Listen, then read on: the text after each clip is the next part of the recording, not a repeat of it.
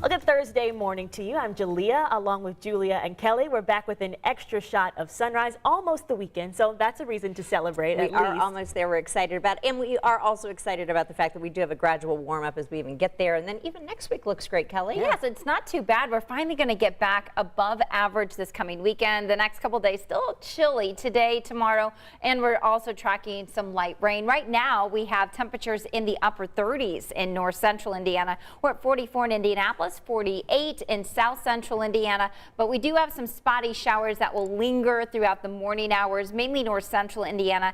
It's going to be more of a sprinkle action this morning, but then it does increase as we go through the afternoon, and it'll stay cloudy today. We're not going to see as much sunshine that we saw yesterday. Highs top out into the upper 50s and low 60s, and then overnight we drop into the mid to upper 40s with the cloud deck around. Then by Friday afternoon we're tracking more rain. It'll be cooler tomorrow as well, as temperatures will eventually climb into the upper 50s to near 60 degrees tomorrow late afternoon. Now the weekend we are tracking warmer air. Temperatures will climb into the mid 70s. Saturday though, we're watching out for the threat of a few strong, possibly severe thunderstorms Saturday afternoon, so that will be a day to stay weather aware and keep checking back with us for the latest, as the timing still a bit up in the air and what to expect. But Sunday, the second half of the weekend, looks awesome.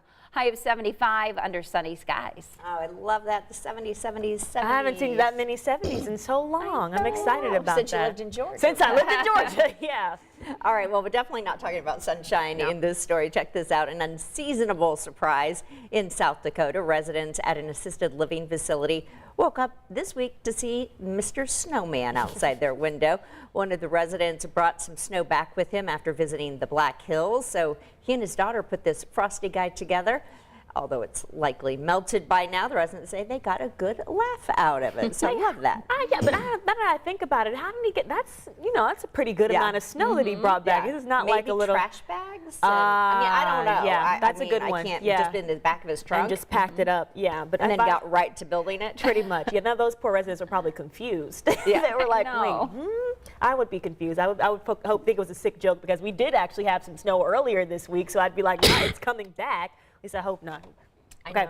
I know. If you have any, I don't care what it is, black magic at this point, you know, witch's brew, anything to help me with my cough from this, what did I say it was? Bronchitis. Bronchitis. I forgot about the ailment. I cough so much today. It's so crazy. It's gonna be okay. Just I can hear you coming down the hallway. We're like, you're like, Julia's here. Everyone's like, hey, it just sounds painful though. It is, like, it's giving me a headache. And for whatever reason, I think I got through the first hour and a half of our show. Yeah, without and then coughing. it was like, we're back. I mean, nothing. And then you have no inflection. You can't, you can't go over this because you're just going to cough. Okay, well, you sit this one out. I'm going to read this next one. How about that? Okay, well, hundreds of lives will, of course, change this weekend, because we're talking about the NFL draft that is kicking off tonight. The first round, anyway. So the draft is being held in Las Vegas this year, but back here in Indy, it's going to be pretty busy over at the Colts complex, because you got General Manager Chris Ballard, Frank Reich, the scouts, all other key voices gathering together in the war room, ready to add the next crop of rookies to the team. But actually, as it stands right now, the Colts don't even have a first-round pick, because if you may remember, they traded it away for Carson Wentz last year. So really, they won't be on the clock until Friday unless they decide to trade up. So we'll be tracking every move the Colts make during the draft tomorrow.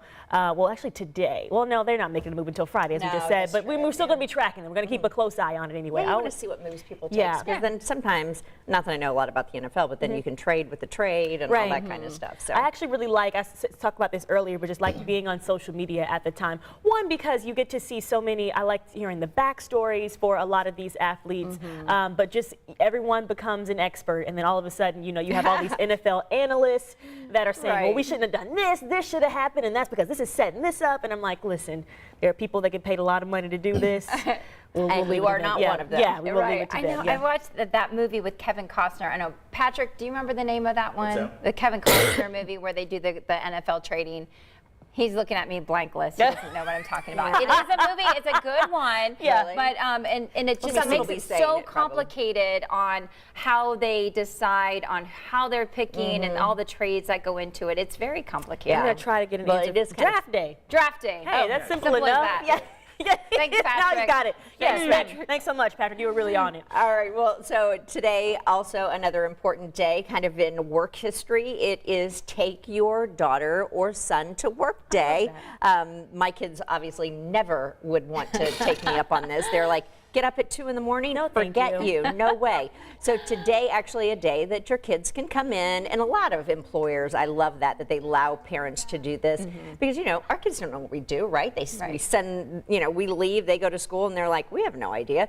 I remember when my husband started working at a hospital, our young son thought he was a doctor. Oh my and goodness. we were like, wait, what? Your dad's not a doctor. He's like, oh, well, he works at a hospital now. I mean, that's a good assumption. Yeah, and he was really young. He was like, well, I mean, yeah, so he felt really bad. Yeah. But so apparently Gloria Steinem, yeah, I think she's a female designer of clothes, and the MS Foundation for Women, as they actually created National Take Your Daughters to Work Day, but most companies obviously let boys take part as well. And I think it's just a great thing to do. Just let them just get a little glimpse into what mom and dad do. And we talk about, we've done stories on like how early is too early to like start exposing your kids to careers. And one of the reasons, this last story I did was like an architect that was teaching kids like what it was like, what that looked like. That story. And it's because most people only know like what, you know, you see your parents doing. So when I was growing up, if you had asked me like what I wanted to do, I was like, oh, I'm going to be a firefighter because that's what my dad did. And so I always liked going to the fire station and that kind of thing. And so it is nice, of course, to take your kids to work, but then honestly letting them explore like what other people in like different departments do, because it allows them to just see, you know, beyond like what mom does at the desk and dad and that kind of thing. You would be a good firefighter. You think so? You would. My dad let me put on the gear. And as dumb as it sounds, when I realized, I was like, oh, he just stands outside with a hose, right? He let me put the gear on, and I was like, it's so heavy. And he was like, yeah, you know, to protect us when we go inside of the fire. And I was like, inside the fire? Wait a second. I was like, oh, and so that's when I was like, Mom, what do you do? 'Cause I can't.